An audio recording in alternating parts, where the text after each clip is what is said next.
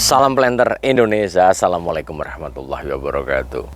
Ada sebuah pertanyaan dari sahabat The Brondol bicara tentang ditawari pupuk yang ajaib. Saya bilang ajaib karena ada hal yang harus saya sampaikan pada kesempatan di siang hari ini. Mungkin di vlog The Brondol sudah berkali-kali bahwa ketika kita ngomongin pupuk kemudian terhadap hijau daun, misalnya urea, akan merubah kelenturan dari bonggol pelepah ini sehingga dia renyah, ataupun mau rubah dia kekurangan nitrogen yang berwarna kuning menyeluruh kemudian ditaburi urea, itu akan menjadi hijau kembali dalam waktu yang singkat.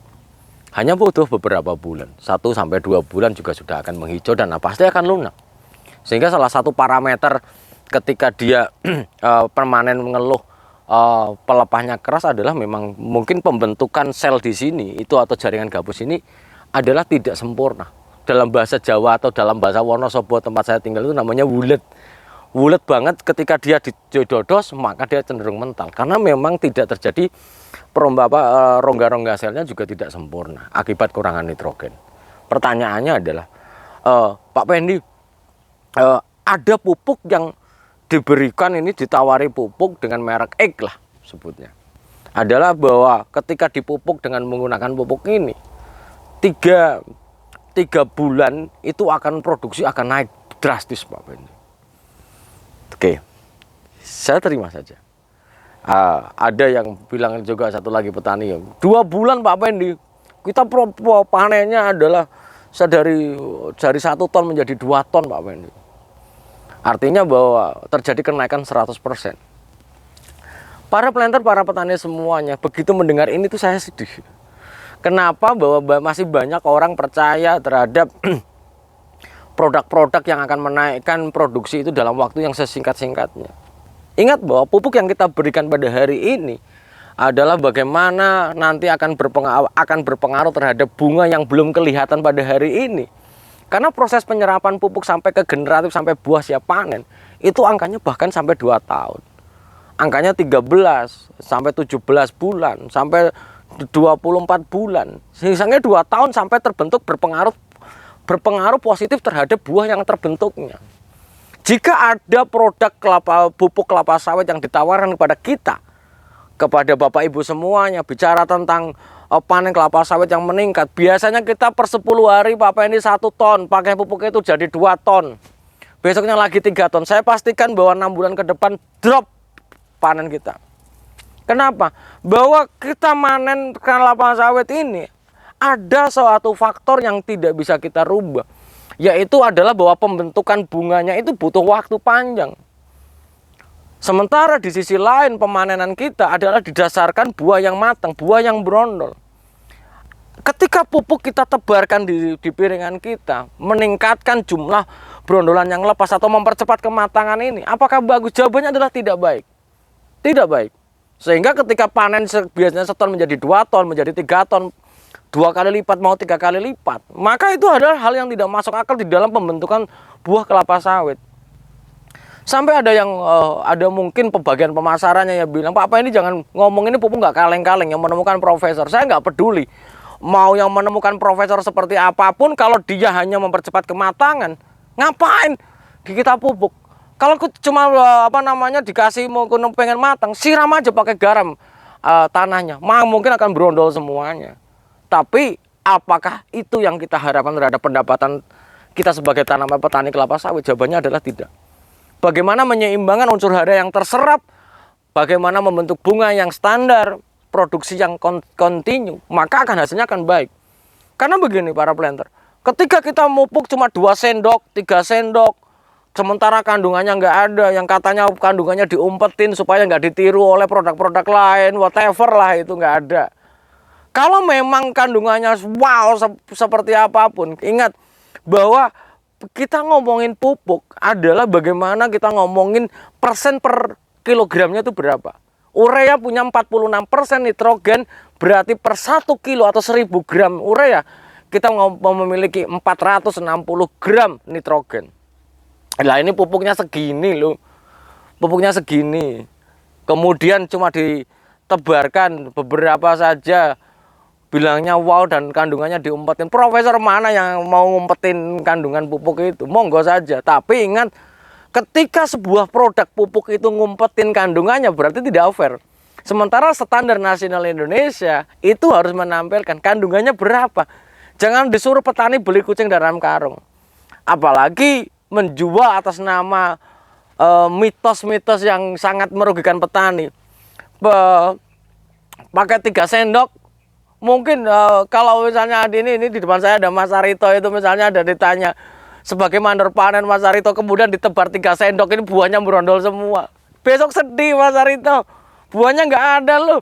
Itu kalau apalagi kenapa perusahaan nggak mau pakai produk-produk yang seperti itu, karena kita butuh keberlanjutan dalam pendapatannya.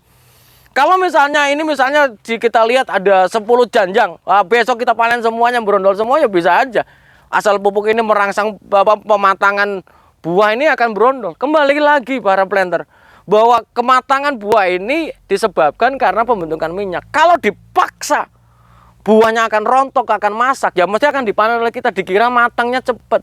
Sementara ketika tidak ada keseimbangan antara buah yang kita panen dan pembentukan bunga-bunga yang di atas juga tidak seimbang, maka siap-siap kita akan tekor ini. Mungkin kalau di perusahaan premi mandor panen biasanya misalnya 4 juta lah. Naik Mas Arito jadi 8 juta. Tapi besoknya lagi 1 juta mau, kan rugi kita.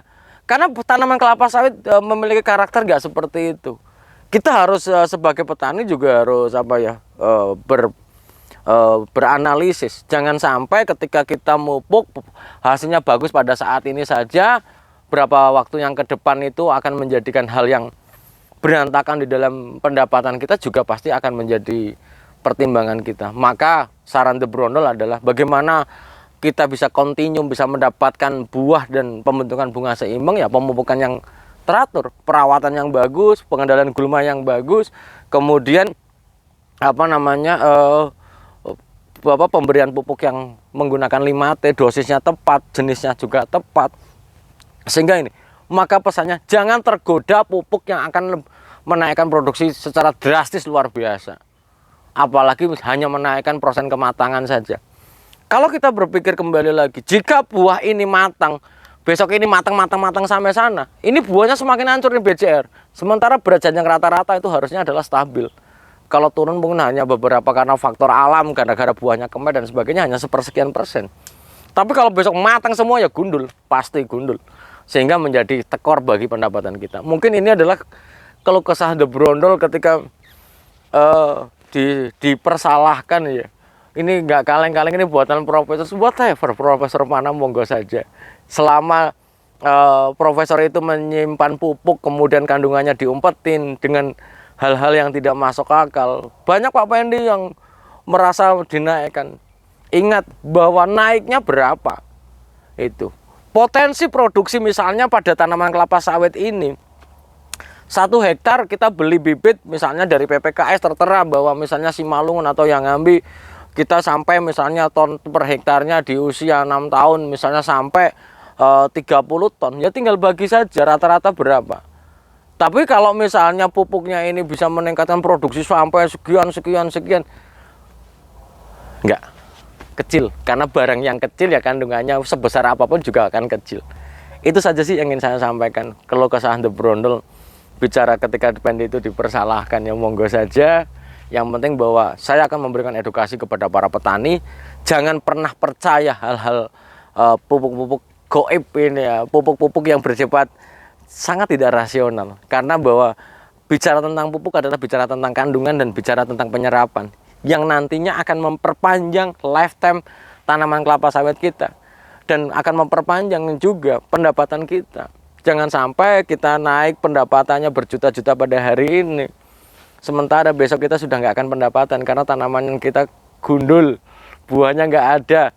Karena pembentukan buah ini ada pembentukan bunga dan buah pada tanaman kelapa sawit dari mulai inisiasi bunga sampai panen itu juga butuh waktu yang panjang, tidak seperti yang kita bayangkan.